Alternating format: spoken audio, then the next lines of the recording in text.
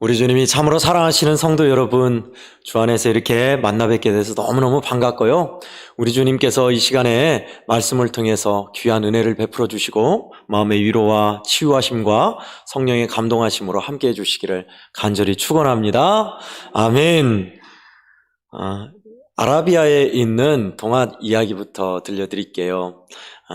사자와 세 마리 소라는 동화입니다. 검은색 물소, 흰색 물소, 노란색 물소 세 마리가 살았답니다. 그래가지고 물소를 잡아먹으려는 하이에나나 다른 동물을 힘을 합쳐서 물리쳤습니다. 그런데 어느 날 사자가 저 소를 잡아먹어야겠는데 세 마리를 한꺼번에 잡아먹을 수도 없고 똘똘 뭉치니 잡아먹을 수 없는 거예요. 그래서 사자가 꾀를 냈습니다. 꾀를 내서 먼저 다른 소에게 가서 얘기를 합니다. 너희 세 명의 물소는 참 좋은데 저 흰 물소가 색이 하얘니까 너희들이 적에게 잘 노출된다. 그래서 흰 물소만 없으면 너희들은 잘 살 것이다. 하니까 먼저 그 검은색 물소와 노란색 물소가 믿지를 않았어요. 무슨 소리냐? 그러면 흰 물소에게 흰색이니까 흙탕물을 묻혀서 검게 하면 된다라고 대안을 세웠습니다. 그래서 흙탕물을 뒹굴게 해서 흰 물소 색을 검정하게 만들었습니다. 그런데 비가 오자 다시 흰색이 나타난 겁니다. 그래서 방법이 없구나 하고 흰 물소를 뒤로 하고 자기들끼리 살았습니다. 흰 물소는 사자의 밥이 되어 죽었습니다. 그리고 이제 두 마리 물소를 또 잡아먹어야겠는데 사자가 궁리를 했습니다. 그래서 이번에는 노란색 물소에게 가서 검은색 물소가 너보다 힘이 세고 먹을 걸 많이 먹으니 네가 불리하다라고 얘기를 합니다. 그리고 또 검은색 물소에게는 노란색 물소만 없으면 네가 우두머리인데 참 아깝다라고 얘기를 합니다. 그래서 두 마리 물소가 또 사이가 멀어졌어요. 그러자 옳거니 하고 두 번째 노랑 물소를 잡아먹었습니다. 그러자 이번에 검은 물소가 됐다. 이제 내 세상이다. 모든 걸 다 먹을 수 있고 내가 대장이다. 라고 했는데 웬걸요? 좀 있다가 사자가 와서 어흥 하고 목을 물었습니다. 그래서 죽어가면서 그때야 깨달은 겁니다. 흰색 물소, 노란색 물소가 있었으면 나는 죽지 않았을 것을. 아라비아의 동화입니다. 여러분, 여기서 나타나는 사자는요, 우리 믿음의 식으로 얘기하자면 원수 마귀예요. 물소는 누굴까요? 성도들입니다. 그죠? 성도들을 원수 마귀는 어떻게든 잡아먹어야겠는데 믿음 안에서 똘똘뭉치 하나 되면 잡아먹질 못해요. 그러면 어떻게 해요? 분열시키고 미워하게 하고 싸우게 하고 이간시키는 거예요. 여러분 절대 속으시면 안 됩니다. 분열시키고 내가 이길 것 같아도요, 결국은 같이 망해요. 그러니 우리는 정신 차려서 해야 할 일이 뭐예요? 하나 돼야 돼요. 똘똘 뭉쳐야 돼요. 믿음 안에서요. 분열하게 하고 싸우게 만드는 것은 원수마귀의 일로 보시면 돼요. 여러분이 철저히 배제시켜야 합니다. 동조해서는 안 돼요. 지지난주 말씀도 들었죠? 피 흘리기를 좋아하는 꾀에 동참하셔는 안 돼요. 남을 가슴 아프게 하고 손해보게 하고 남을 짓밟고 일어서려는 자리가 있다면 여러분은 과감히 떨치고 일어서셔야 돼요. 동조하셔는 안 돼요. 동조하면 원수마귀의 밥이에요. 오늘 본문은 바로 초대교회 성도들에게 있을 수 없는 일이 있어서 사도 바울이 깜짝 놀라서 고린도 교회에 편지한 전반부의 내용입니다. 무슨 내용이에요? 내가 글로에라는 사람에게 들어봤더니 교회에 분열과 다툼이 있다는 소리가 들리는도다. 이게 무슨 소리냐? 나는 바울파, 나는 아볼로파, 나는 게바파, 나는 그리스도파. 예수님의 몸이 어찌 이렇게 나뉘었으며 내가 너희를 위해서 언제 십자가를 진 적이 있었더냐? 라면서 아주 가열차게 이야기하는 내용입니다. 미움과 분열, 독식에서는 살 수가 없고 존재할 수 없다는 것을 알기에 사도 바울 선생이 강력하게 이야기하고 있는 내용이에요. 그러면 우리 주님은 뭐라 하셨을까요? 제자들에게. 주님의 겟세마네 기도를 보면요, 반복되는 기도 제목 중에 아버지여 진리로 저희를 거룩하게 하사 저희도 하나가 되게 하옵소서. 이 기도는 제자들만을 위한 것이 아니라 후에 믿을 우리를 위한 기도라고 하셨어요. 그러니 주님이 얼마나 하나 되기를 강조하셨는가, 기도하셨는가 알 수 있죠. 분열하고 갈등하는 것은 우리가 다채로움으로 서로 공존하는 것과는 다릅니다. 또 주님은요, 여러분 한 사람 한 사람 한 사람의 특징과 체질과 신앙의 색깔을 아세요. 그럼에도 교회 안에서 각자의 특질이 있지만 하나 되게 하시는 거예요. 마치 미술 시간에 배운 모자이크 같아요. 모자이크가 뭔지 아시죠? 빨강색, 파란색, 노란색 각각의 색을 찢어서 막 붙이면 하나의 알록달록한 작품이 되는 거예요. 교회는 그와 같습니다. 4분 오열하면 망하는 길입니다. 나 살겠다고, 내가 좀 유리한 위치에 서겠다고 수단과 방법을 가리지 않고 추구하면 될 것 같지만 아닙니다. 같이 공멸하는 길입니다. 누가 제일 좋아할까요? 원수마귀가 제일 좋아한다니까요.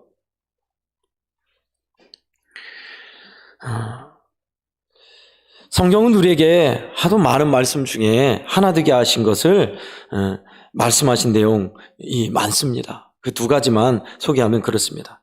평안을 매는 줄로 성령의 하나 되게 하심을 힘써 지키라. 어떻게 지키래요? 힘을 써서 지켜라. 하나 되게 하신 것을 지키라는 거였습니다. 마음을 같이하여 같은 사랑을 가지고 뜻을 합하여 한 마음을 품으라. 에베소서 4장과 빌립보서 2장에 그렇게 명시하고 있습니다. 오늘 본문도 마찬가지예요. 본문을 보니까 분쟁이 없이 10절 후반부에 분쟁이 없이 같은 마음과 같은 뜻으로 온전히 합하라. 한 마음 되어라. 한 뜻을 품어라. 하나 되어야 한다. 말씀하셔요. 우리 양원교회는 하나입니까? 하나입니다. 원래 우리는 하나예요. 교회는 하나입니다. 교파와 교단이 달라도 예수 그리스도의 십자가로 하나예요. 교회도 믿음의 사람들은 하나입니다. 네 편, 내 편, 에바파, 게바파, 바울파, 그리스도파, 파가 없어요. 사실은 하나입니다. 1968년 체코슬로바키아에서 있었던 일입니다. 재미있게 간증을 듣고 소개하고자 합니다. 체코슬로바키아의 프라라는 지역에 그 바깥에 한 교회가 있었습니다. 근데 그 교회는 다툼이 잦아서 싸우는 교회로 소문났습니다. 특히나 그 교회 5분의 장로님들이 너무너무 잘 싸워서 성도들이 상처를 받고 교회를 많이 떠났습니다. 싸움하는 교회로 소문이 났어요. 그 결과를 장로님들도 알았습니다. 그러나 자기가 잘못이 있다고 생각했지만, 부끄럽게 생각했지만 선뜻 서로에게 다가가 화해를 하지 못했습니다.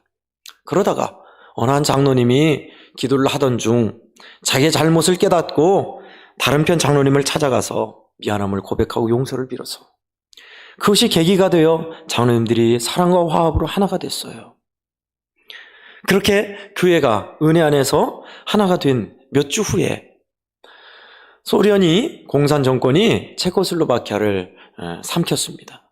그리고 공산정권은 교회를 매우 싫어해서 교회를 탄압할 구실로 가장 안 좋은 교회를 선정했습니다. 그래서 봐라, 교회가 이 모양 요 꼴이니 교회는 정부의 통제를 받아야 한다라고 하려고. 그래서 가장 싸움 잘하는 교회로 소문난 그 5장로님이 있는 그 교회를 지명했습니다. 비밀 경찰을 보내서 장로님들을 다 옥에 가두었습니다. 그리고 각 방에 다 쳐넣었습니다. 그리고 한 사람씩 회유를 합니다. 상대편 장로가 이런 안 좋은 소리를 하고 다녔다라고 각각 그렇게 안 좋은 소리를 들려줬습니다. 그런데 예상 밖으로 그 장로님들이 그 형제가 그렇게 말할 리가 없어. 설령 그렇게 말했다 해도 나는 그 사람을 용서할 것이요. 다 그러던 거예요. 화가 머리끝까지 난 비밀 경찰이 이 장로들을 한 곳에 모으면 예전처럼 싸울 것이다 라고 충분히 자기에게 안 좋은 소리를 했다는 이야기를 퍼뜨리고 한 곳에 사무실에 모았습니다. 그러자 오랜만에 만난 장로님들이 너무너무 반가워하면서 그 뜨거운 사랑의 교제를 나누는 거예요. 그것을 보고 비밀 경찰이 손을 들었습니다. 도대체 당신들은 어떤 것을 믿기에 이렇소? 라고 당신들이 믿는 그 하나님께 나도 좀 기도해 주시오. 라고 설복당합니다. 여러분, 교회는요, 하나됨을 통해서 예수 그리스도의 사랑과 주님의 살아계심과 은혜를 밖에 사람들에게 보여주는 거예요. 그러나 오늘날은 안타깝게도 믿는 것들이 더해 교회 저 교회는 맨날 싸워. 그 소리가 얼마나 많이 들립니까? 그리스도의 정신 아니에요. 예수님의 정신 아닙니다. 십자가의 정신 아니에요. 십자가면 모든 거 된다며 맨날 싸워. 그게 무슨 십자가의 정신입니까? 아니지요. 십자가의 길이 망하는 자에게는 어리석은 것이지만 구원을 얻은 우리에게는 뭡니까? 하나님의 능력이에요. 아멘. 화해가 되게 하고 하나가 되게 하고 믿음 안에 어려움도 이기게 하시고 우리를 새롭게 하시는 능력이 십자가에 있는 줄 믿으시기 바랍니다. 아멘. 그렇습니다. 하나 되게 하시는 건 십자가에서 나타나요. 필립 얀시라는 미국의 유명한 영성가요 신학자가 있습니다. 그분이 한 번은 미국의 어느 지역에 과학자들이 실험하는 실험소에 갔습니다. 그 실험은 뭐냐면 2년 동안 격리된 유리벽에 있는 격리된 일정 공간에서 사람들이 사는 거예요. 남자 넷, 여자 넷. 사람들이 격리된 유리로 된 지역에서 사람들이 살게 놔두고 어떻게 이들이 생활하는가를 실험하는 과학적 실험 내용이었습니다. 그 사람들은 충분히 겪을 난관을 충분히 인식했고 심리검사와 사전 준비를 다 하고 실험실에 들어갔어요. 근데 8명의 지원자는 몇 달도 안 돼서 재미있는 현상이 일어난 것은 2패로 나뉘었어요. 네 편, 내 편으로 나뉜 거예요. 그 격리된 공간에서. 2년 동안 실험을 했는데 실험이 끝나기 몇 달 전까지만 해도 서로 말도 안 하고 등지고 살았다고 그래요. 격리된 공간에서 소수의 사람이 세상과 단절됐는데 이렇게 서로 다투며 등지며 살 수 있을까? 그것을 의아하게 생각했답니다.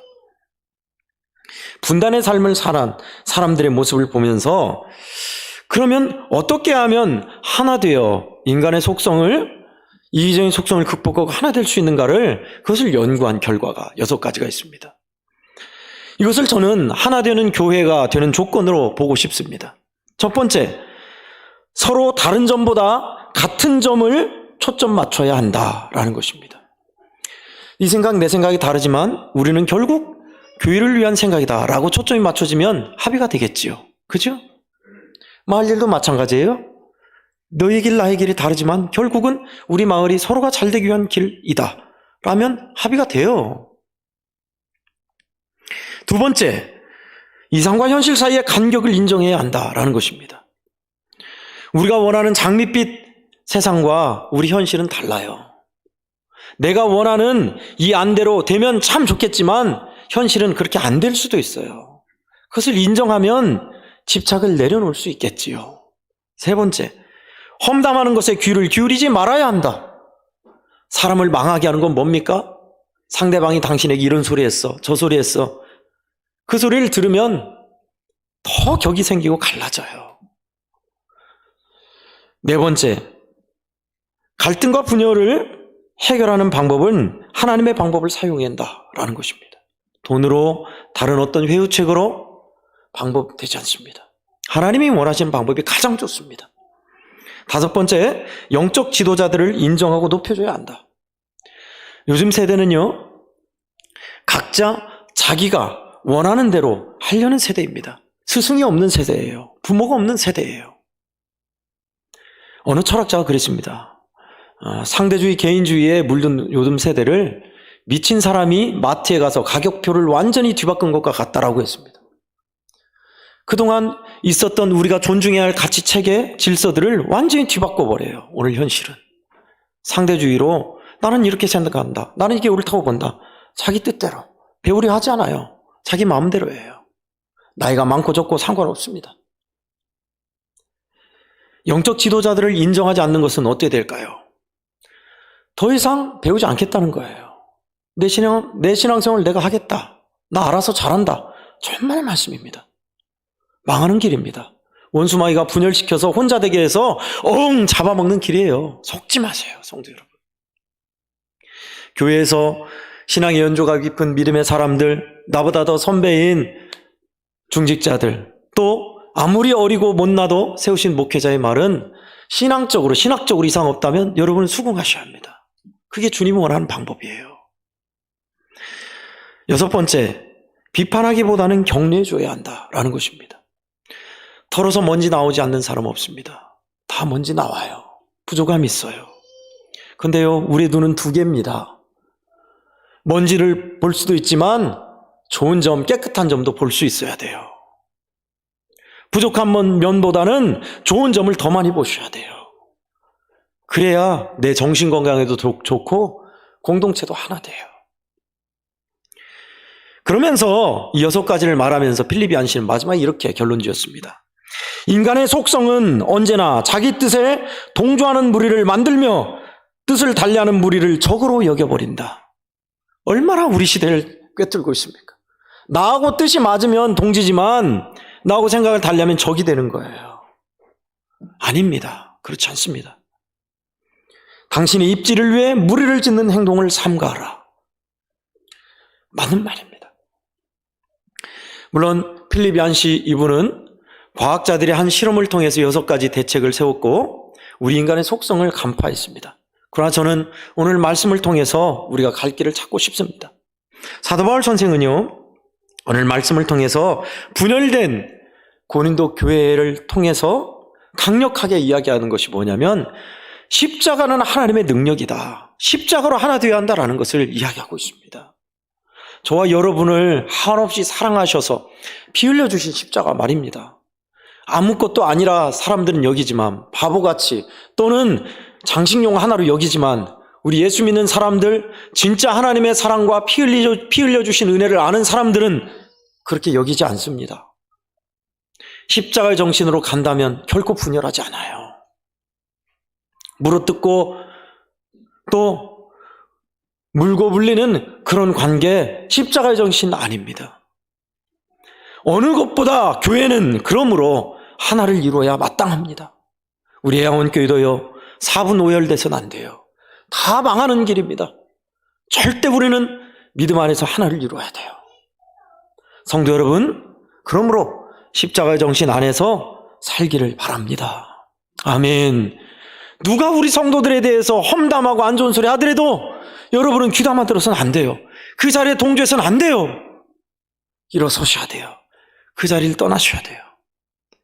험담하고 악담해서 분열하게 만들어서 내가 내 배부를 것 같지만 아니에요. 같이 죽는 길입니다. 원수마귀 종로로 타는 길이에요. 원수마귀가 웃는 길이에요. 하나 되셔야 돼요. 절대 우리는 하나 되셔야 돼요. 주님은 우리로 하여금 하나 되기를 피땀 흘려 기도하셨습니다. 우리 애양원교회가 우리 주님의 마음을 알아서 십자가를 기억하고 같은 마음 같은 뜻을 품어 우리 주님께서 기뻐하시는 믿음의 공동체 이루기를 예수님 이름으로 간절히 축원합니다. 아멘. 기도하겠습니다. 하나님 아버지, 주님께서 우리에게 간절히 부탁하시고 기도하셨던 내용이 무언지를 다시 한번 말씀을 통해 생각해 보았습니다.